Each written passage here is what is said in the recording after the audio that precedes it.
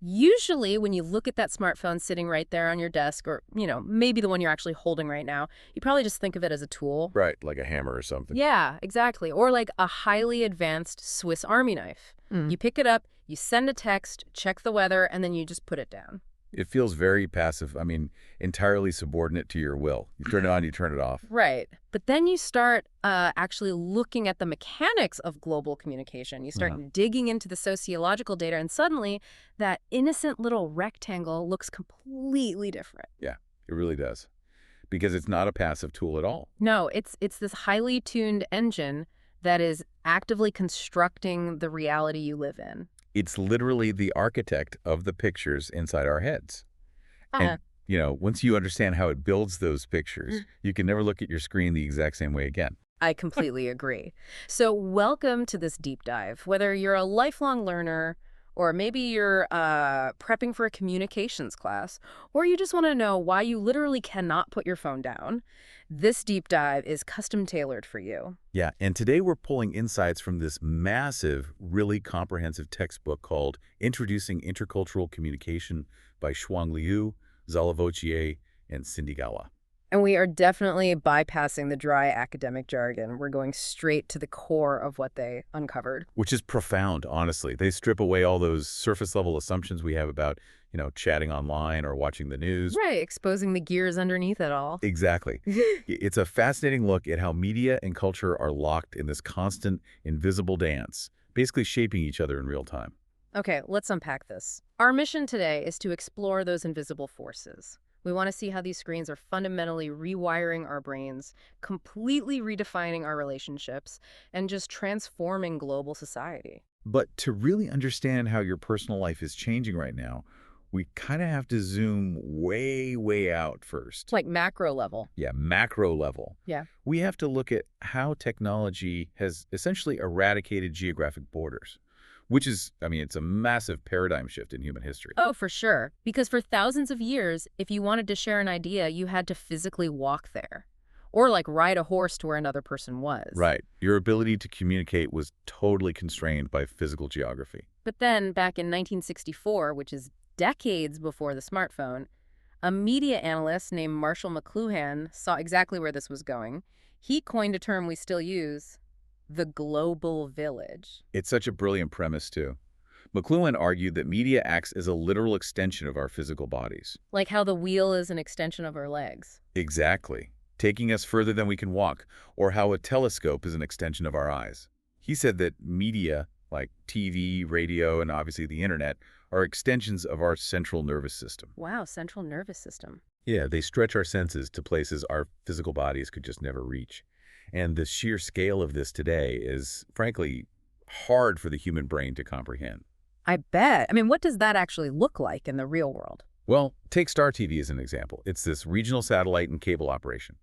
It reaches 53.7 million households across 53 different countries. Wait, 53 million households? That's insane. Yeah, broadcasting simultaneously in English, Mandarin, and Hindi. Just try to visualize the infrastructure required to push the exact same cultural product into millions of living rooms on different continents at the exact same second. Okay, sure, the scale is massive. But does that actually mean all those millions of people are absorbing like a single unified culture? Or are they just staring at a screen? That is the big question. Because I look at that broadcast power and I don't necessarily see a globally connected utopia, You're hitting on a very real anxiety there. There's this concept highlighted by researcher Anura Gunasekera about the fear of cultural domination. Right, because a global village isn't just connection. Exactly, you also have this massive power imbalance. Technologically wealthy nations can pump their media outward 204/7, and that creates deep anxiety for smaller nations. Because they're worried their local culture will just get paved over. Yes, liquidated by this incoming, well-funded media monolith. So it's less of a cozy village square and more of a giant loudspeaker mounted on a tower. That's a great way to put it. Which actually brings up this interesting historical shift. In the old model of mass communicate, what sociologists call Lasswell's model, there was a really clear sender and a clear receiver. Right, the audience was assumed to be totally passive. Yeah, it's like we all sat in a giant, dark auditorium just listening to one person on the stage with the microphone. We absorbed whatever they said. But today, with digital media, everyone in the audience has been handed their own megaphone. Oh, I like that analogy. We're all producers now, right? Hmm. Tweeters, influencers. But if everyone is shouting into a megaphone at the exact same time, it's just chaotic noise. Are we actually even communicating? That chaos is exactly why the old models of studying media broke down. What's fascinating here is how this shift forced a complete pivot in understanding communication. How so? Well, researchers had to move from a media-centric approach, which assumed the media was this autonomous syringe, just injecting ideas into a passive public carrier, to a society-centric approach. Meaning what, practically? Meaning the media isn't just acting upon us. It's reflecting the economic, political, and social forces of the society it's in. Because everyone has that megaphone. Exactly. The boundary between a private conversation and a massive public broadcast is completely blurred now. A teenager in their bedroom can film a 10-second video that gets more views than a primetime TV lineup. Which is wild to think about. And it moves us perfectly down to the interpersonal level. Because if geographic borders are basically erased and we all have these megaphones in our pockets, how does that alter the way we actually build personal connections? Well, it completely changes the fundamental architecture of human relationships. Take the spatial reality of social media, for example. Yeah. Facebook has over 1 billion active users. If it were a physical country, a bounded geographic space, it would be the third largest country in the world. A digital space bigger than most physical continents. That is staggering. And it's not just an American thing either. No, not at all. Like there was that massive shift in Sweden with a platform called Lunarstorm. Yes, Lunar Storm. Hmm. At its peak, that web community was visited weekly by 85% of all Swedish youth. Wait, 85%? 85%. It essentially became the nation's largest youth recreation center. So the primary gathering place to, socialize and form identities wasn't a physical park, it was a server. Exactly. And it gets even more immersive with virtual social worlds like Second Life. Oh, right, where you use avatars. Yeah, users aren't just typing text, they're living out virtual existences. They design virtual clothing, buy real estate, and sell it for Linden dollars, which actually trade for real-world currency. It's a fully constructed reality with a functional economy. It is. But the mechanism of how these platforms spread globally is crucial here. They don't just enforce a single Americanized way of communicating. There's a process called glocalization. Glocalization. So global plus local. Exactly. It's how different cultures take a standardized global template, like the Facebook interface, and customize it to their own local values and norms. Oh, I see.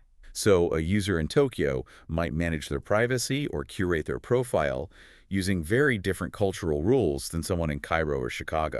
Even though the underlying code of the website is identical. Precisely. The tool is global, but the behavior is intensely local. Okay, I hear you on glocalization, and it sounds very harmonious. But I have to push back a little here, or at least ask the critical question for you listening to this right now. Go for it. You're painting this picture of unprecedented connection. But I look around, and I see people at a restaurant sitting at the same table, totally ignoring the flesh and blood person across from them because they're staring at their screens. Yeah. Phubbing. Right, phone snubbing. If we're ignoring our immediate physical reality to look at a screen, are we actually more connected or are we just isolated in a digital illusion? It's a vital critique. Yeah. You are absolutely right to point out that physical disconnection. But if we connect this to the bigger picture, we are ignoring the physical world, not because we stopped being social, but because our social networks have been deterritorialized. Deterritorialized. Okay, break that down for me. So, a century ago, your social circle was completely tied to your physical territory. You could only maintain relationships with people you could literally walk or ride to see. Right, your physical neighbors. Exactly. So, your relationships were high intensity. You saw the same people every day, but low volume.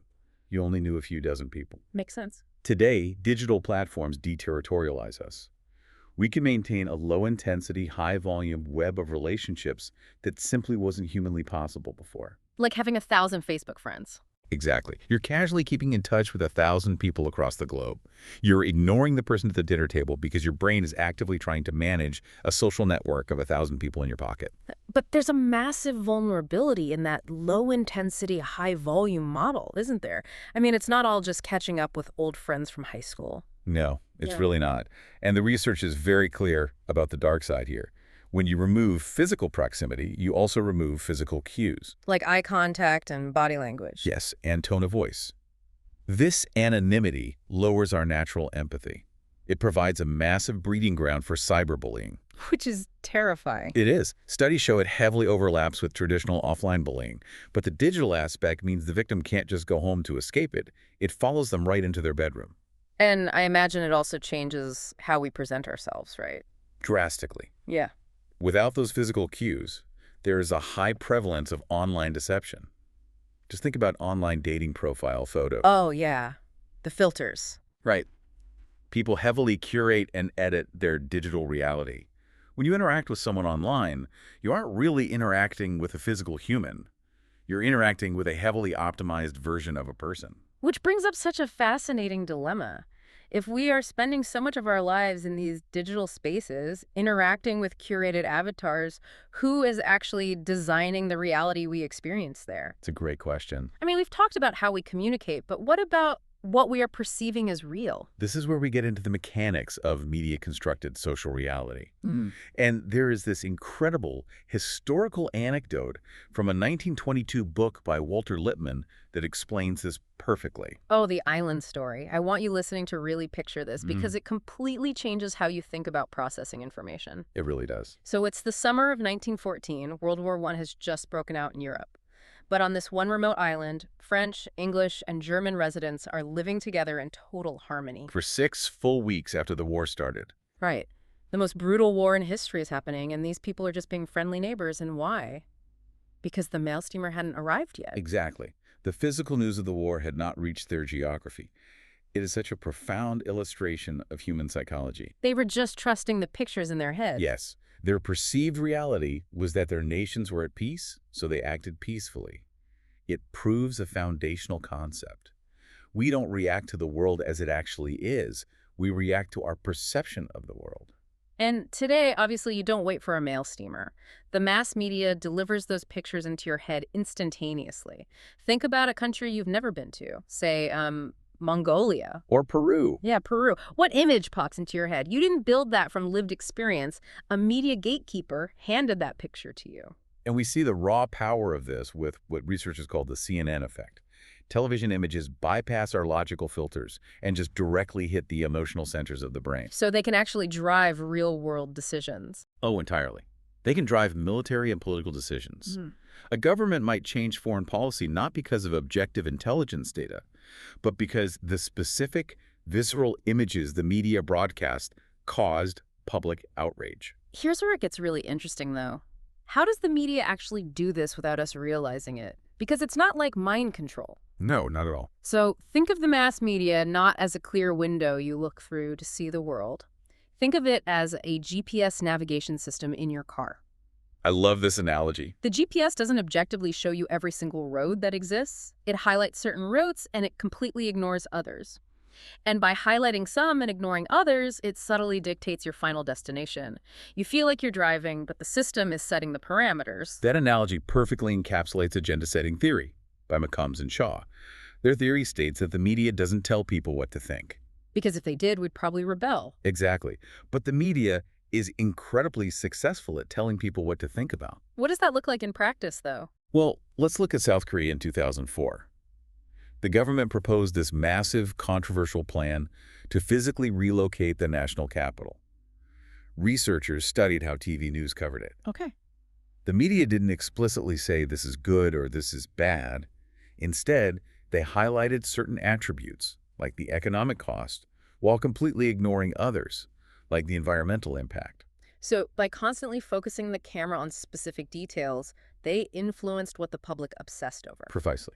The media's agenda literally became the public's agenda. But it goes even deeper than just dictating topics, right? It can actually change our fundamental emotional baseline. Yes, and this brings us to George Gerbner's cultivation theory.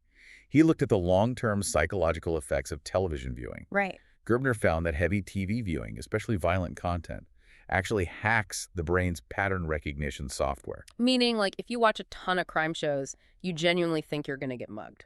Essentially, yes. It cultivates what's known as mean world syndrome. The human brain struggles to differentiate between how often events happen on a screen versus the statistical probability in the real world. So your brain assumes the physical world outside is super dangerous, regardless of local crime stats. Exactly.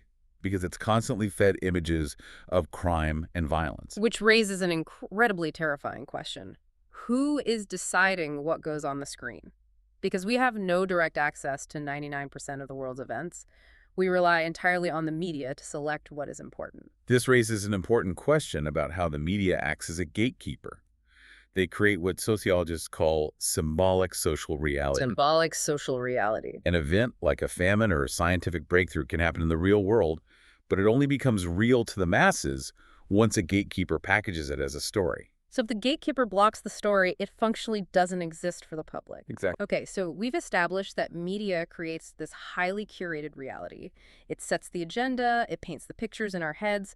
So what happens when this reality is exported across the globe and physically collides with local traditional cultures? This is where we have to look at Ann Becker's 2004 study in Fiji.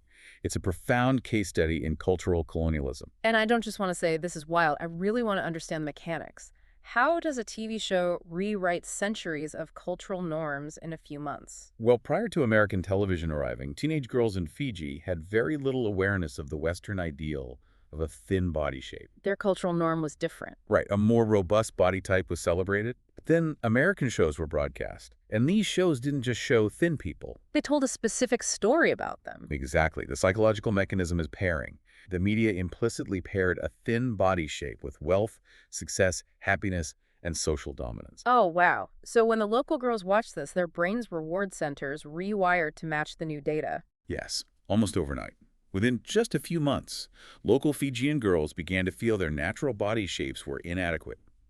The visual power of the imported media completely overwrote traditional standards. That is the literal definition of cultural hegemony. The idea that a dominant culture doesn't need armies to conquer you, they just do it unobtrusively with sitcoms and pop music. Exactly. Which makes me wonder, if this is so powerful, are we inevitably sliding toward one giant homogenized global culture? Like everyone eating the same fast food and watching the same reality shows? It's a logical fear, but the research shows the answer is no. It's not just a one-way street of global homogenization. Globalization is highly dialectical. Meaning it pulls in two opposite directions at the same time. Exactly. Yes, it homogenizes some things like global brands and tech, but it simultaneously fragments us and forces local cultures to push back. Oh, interesting. We often see a process called cultural hybridization. This is where a local culture takes an imported global product and innovates it into something new. Do we have a good example of that? Take rap music. It originated in African-American neighborhoods in the U.S., shaped by very specific local struggles. But as it exported globally, it didn't just turn the world into an American replica. Right. People adapted. Uniquely adapted it. In Japan, Germany, South Africa, they took the global form, the beat, the structure, and injected their own language, political struggles, and traditional instruments. So the tool is imported, but the soul remains local. Precisely. And the media can also actively celebrate local diversity, right? Like global TV franchises.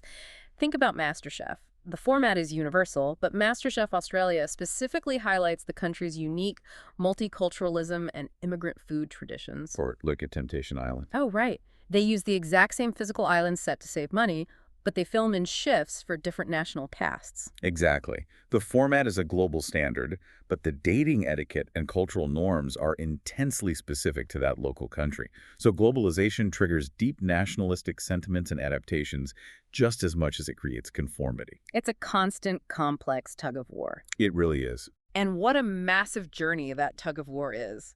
Let's just recap how all these invisible forces connect. We started with McLuhan's Global Village, where media extends our nervous system across the planet. Then we zoomed into our personal lives, exploring how social media deterritorializes our relationships, giving us huge networks, but also new vulnerabilities like cyberbullying. Right. Then we decoded the psychology of the media as a gatekeeper.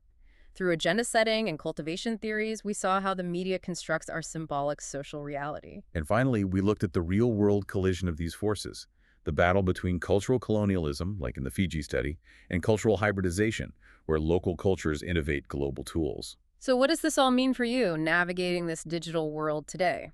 It means you have to look critically at your own media consumption. The next time you open an app, you have to ask yourself, whose agenda are you actually scrolling through? What pictures are they trying to put in your head? Because the media is never a neutral, objective mirror. It is always a lens, bending the light in a very specific, curated way. Which leaves us with a final provocative thought to chew on. We've spent a lot of time talking about how mass media shapes a shared reality for the public. But today, social media algorithms have changed the game. They really have. They hyper-personalize our feeds. Right, they act as personalized gatekeepers, built to feed us only the stories and realities we already agree with, just to keep our attention on the screen. It creates a closed feedback loop of our own pre-existing preferences. Exactly. So if we are all retreating into our own highly customized algorithmic feeds, will McLuhan's global village eventually fracture? Maybe we aren't heading toward one homogenized world at all. Maybe we're heading toward billions of isolated individual universes where no two people share the exact same picture in their heads. If the screen in your pocket is an engine constructing reality, what happens to society when my engine is building a completely different reality than yours? What happens when we no longer share a common reality at all? Just something to think about the next time you tap that glass.